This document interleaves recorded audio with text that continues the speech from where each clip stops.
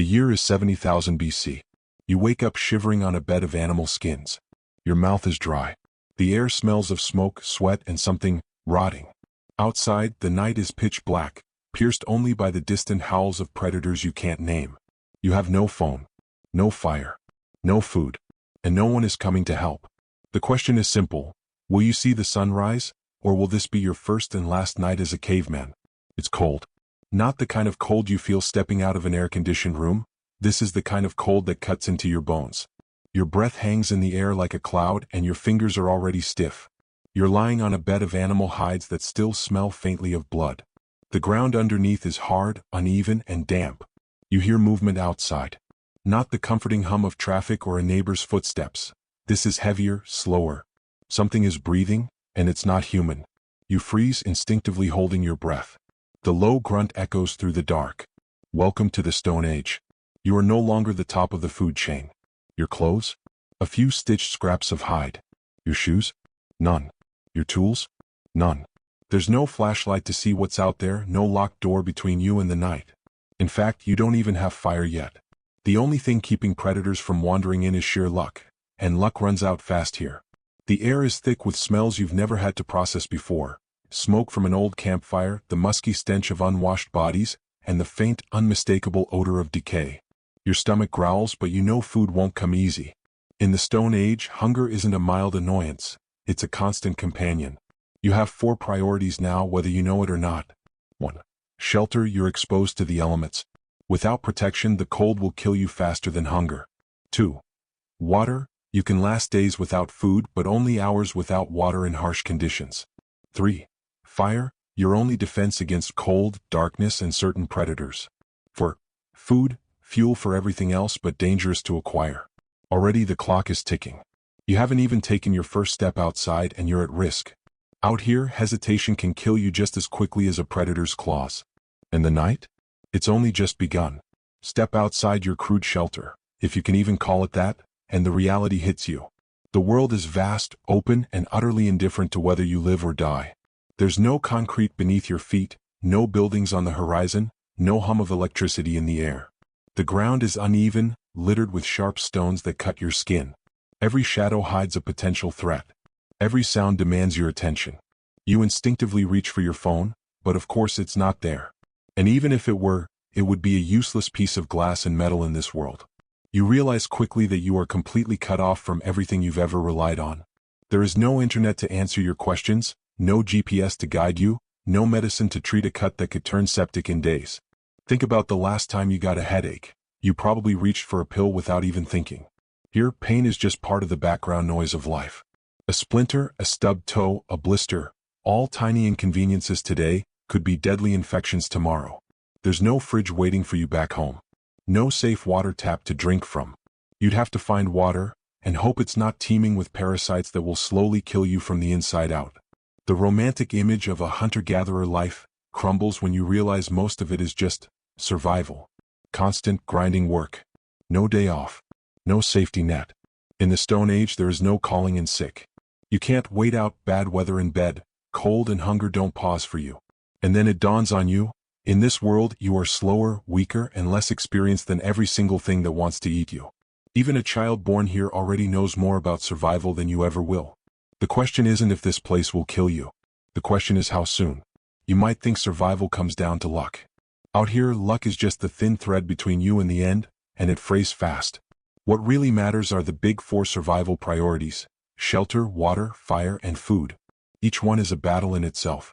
Shelter sounds simple, but in the Stone Age you don't have nails, hammers, or pre-cut wood.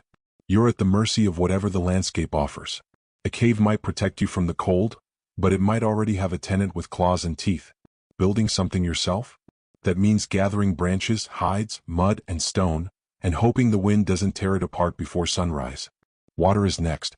You can live without food for weeks, but without water your body starts to shut down in just days, sometimes hours in harsh heat. Streams and rivers might look inviting, but every sip is a gamble. Infected water can leave you vomiting, dehydrated, and too weak to move, a death sentence here. Fire is your lifeline. It's warmth, protection, light, and a way to cook food to kill parasites.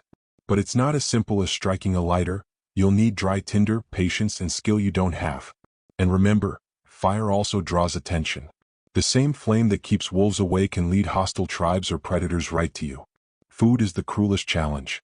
Hunting with no weapons? Almost impossible. Trapping animals without rope or steel?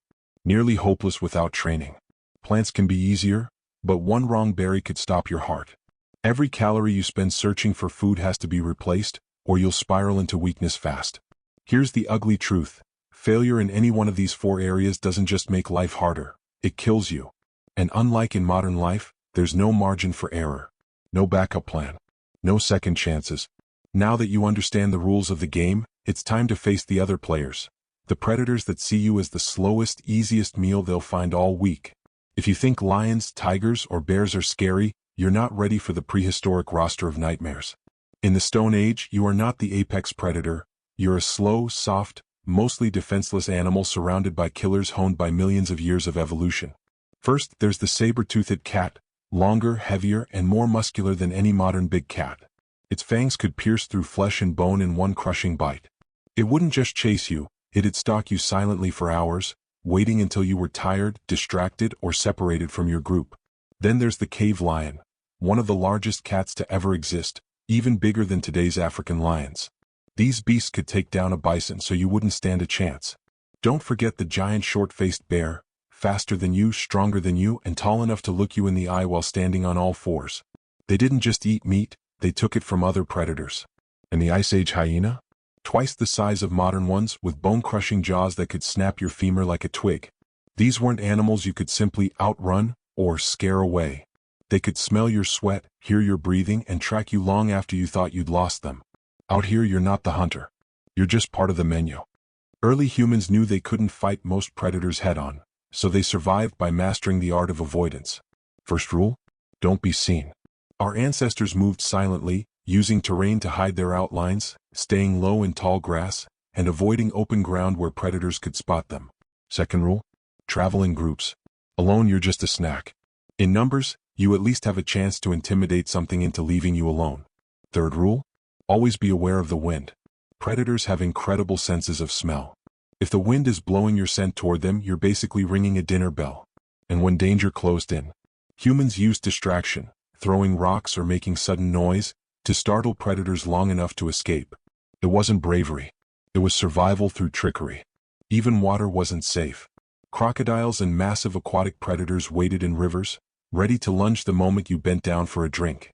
In this world, survival wasn't about dominating nature. It was about not becoming its next casualty. You didn't need to win every encounter. You just needed to avoid the one that would kill you. Now imagine you're hungry, and the only way to eat is to take the same risks predators take every day. You need meat, but every animal you want to hunt is faster, stronger, or deadlier than you. A typical hunt began before dawn. Not because humans were strongest then, but because predators were often resting after their own hunts. Even so, every moment spent tracking prey was also a moment you could become prey. Our ancestors learned to read tracks, broken branches, and droppings, not just to find animals but to avoid the ones that could kill them. The hunt itself was exhausting.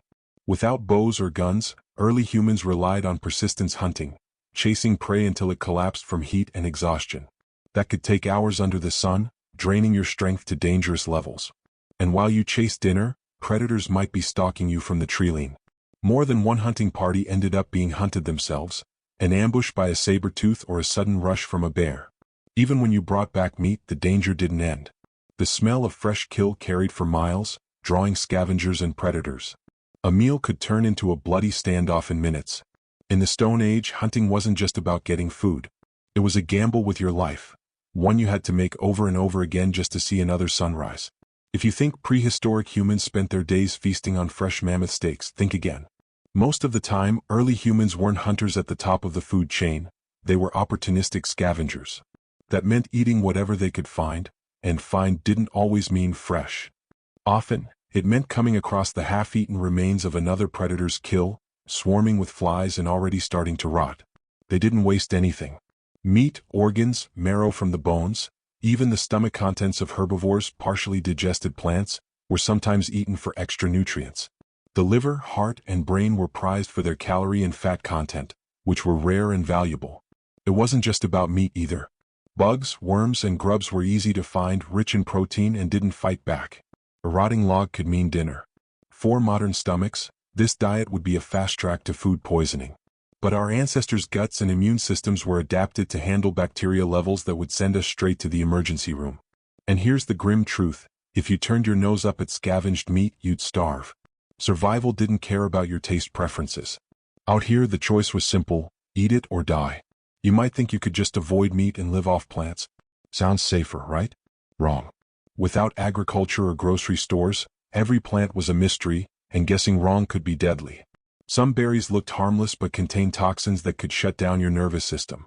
Certain roots and leaves could cause violent vomiting or even stop your heart. Early humans learned through painful trial and error, often literally dying from their mistakes. This knowledge was passed down orally, so if you were new to the group, you had to memorize dozens of safe versus unsafe species fast or risk poisoning yourself. The safe plants weren't exactly delicious. Tough roots, bitter leaves, and small, tart berries were common. Many had to be pounded, soaked, or roasted just to make them digestible. And there was the calorie problem. Plants alone often couldn't provide enough energy for constant physical activity. That's why most hunter-gatherer diets were a balance: risky meat for calories and protein, plants for vitamins and variety. So no, you wouldn't be foraging wild strawberries under a warm sun. You'd be chewing fibrous leaves that taste like dirt and hoping they didn't kill you. Here's the math: your body needs thousands of calories a day to survive the non-stop work of prehistoric life: walking miles, building shelter, carrying wood, and running from predators. A rabbit might give you 500 calories. A handful of berries? Maybe 50. That means you'd have to hunt or forage constantly just to break even. Miss a day and you're already weaker. Miss two and your body starts burning muscle for energy. That weakness makes you slower, and slower means easier prey for something else. Fat was the real prize. Fat meant stored energy, warmth, and survival. That's why mammoth fat, marrow, and organ meat were so valuable. Lean meat alone couldn't sustain you for long. It could actually make you sick in high amounts, a condition called rabbit starvation. And remember, every calorie you spent finding food was a gamble. Chase prey for hours and fail, and you've just burned through precious reserves for nothing. This was the brutal cycle our ancestors lived in, an endless, exhausting race to find enough fuel to make it through another day. For modern humans used to eating without effort, this reality would crush you within days. Hunger here isn't a mild discomfort, it's a slow, grinding death sentence. Fire was the ultimate survival hack of the Stone Age. It gave warmth, light, cooked food, and kept predators at bay. But making it? That was a high-risk, high-reward game. There were no matches, no lighters, just friction, sparks from striking stones, or carefully preserved embers from a previous fire. A single mistake, like letting your only ember die in the rain, could be catastrophic. Even when you got fire going, it could kill you as easily as it saved you. Sparks could set hides or dry grass ablaze, turning your shelter into an inferno. And remember, firelight could be seen for miles. It was like putting up a neon sign saying, "Food's here," attracting predators and possibly rival tribes. Fire also wasn't instant. It took patience and skill you don't have. Rubbing sticks together for hours while freezing in the dark is not a fun wilderness challenge. It's a fight against hypothermia. Still, those who mastered it changed the game. Fire meant cooked meat, killing parasites and unlocking more nutrients. It meant safety at night, even if it was never guaranteed. But one wrong move, and the very thing keeping you alive could turn on you. Stone tools were the caveman's Swiss Army knife, but getting one wasn't as simple as finding a rock. You had to shape it. That meant napping flint or obsidian into blades and points, a process that could slice your hand open if you weren't careful. Cuts here weren't minor. Without antibiotics, even a small wound could become infected and lethal. Still, tools were essential. They let you butcher meat faster before scavengers arrived, scrape hides for clothing, and defend yourself, at least a little, from predators. Weapons like spears extended your reach, but crafting them meant hours of work and the right materials. A broken spear in the middle of a hunt wasn't just bad luck. It could mean you went from predator to prey in seconds. Early humans also used tools for building traps, digging roots, and even breaking bones to reach marrow. Every task came with a risk: blisters that cracked and bled, strained muscles, and accidents that could cripple you. In the Stone Age, a bad injury wasn't just painful, it was often a death sentence. No one survived alone for long.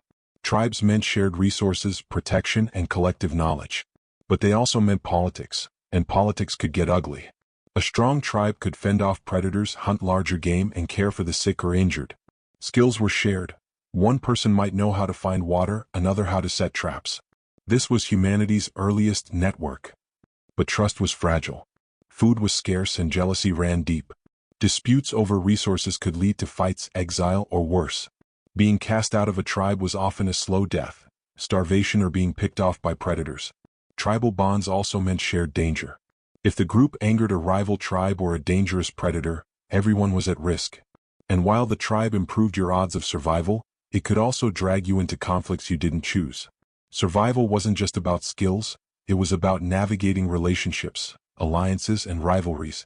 In the end, the tribe could be your greatest shield, or the hand that pushes you into the fire. Modern humans are soft, literally. Compared to prehistoric humans, our muscles are smaller, our bones are weaker, and our skin is thinner.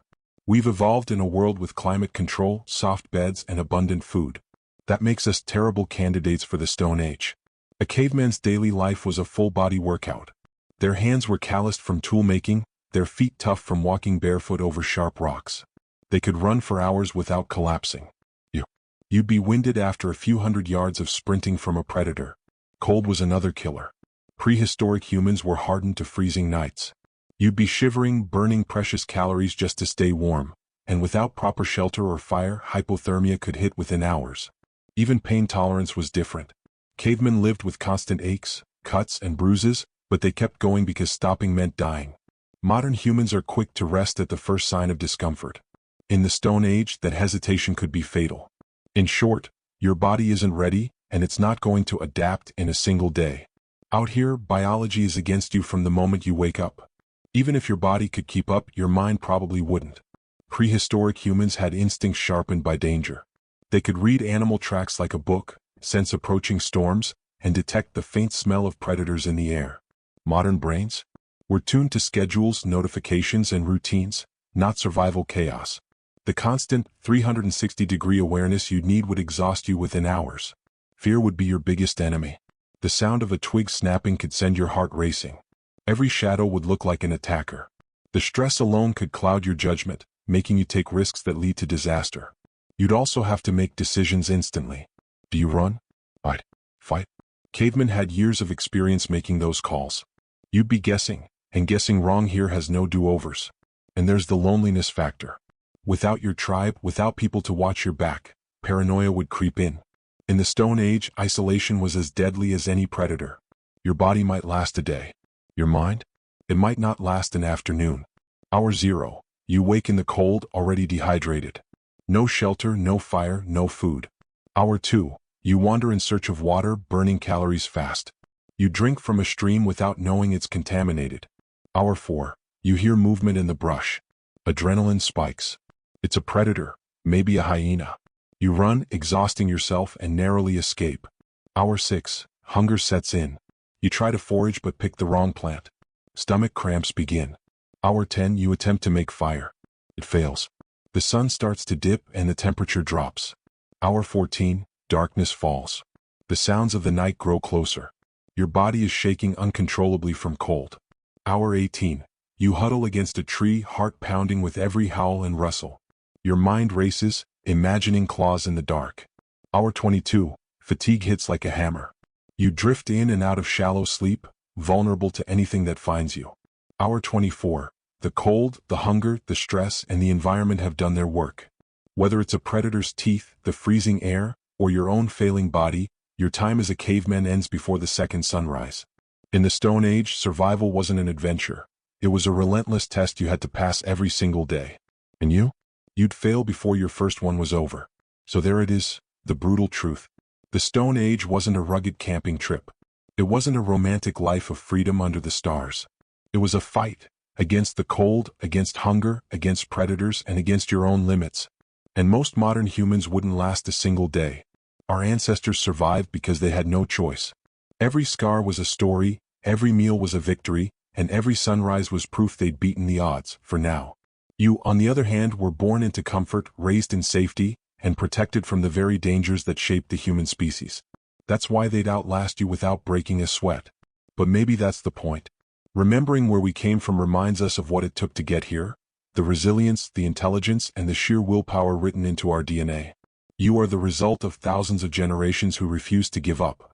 So the next time life feels tough, remember, your bloodline once stared down saber-toothed cats in Ice Age winters, and won. You carry that same fire even if you've never had to use it. If you found yourself picturing that first cold night in the Stone Age, and wondering if you'd make it to morning, then hit that subscribe button. There's so much more to uncover, the predators, the mysteries, and the forgotten humans who shaped our world. And tell me in the comments, be honest, how many hours do you think you would last as a caveman?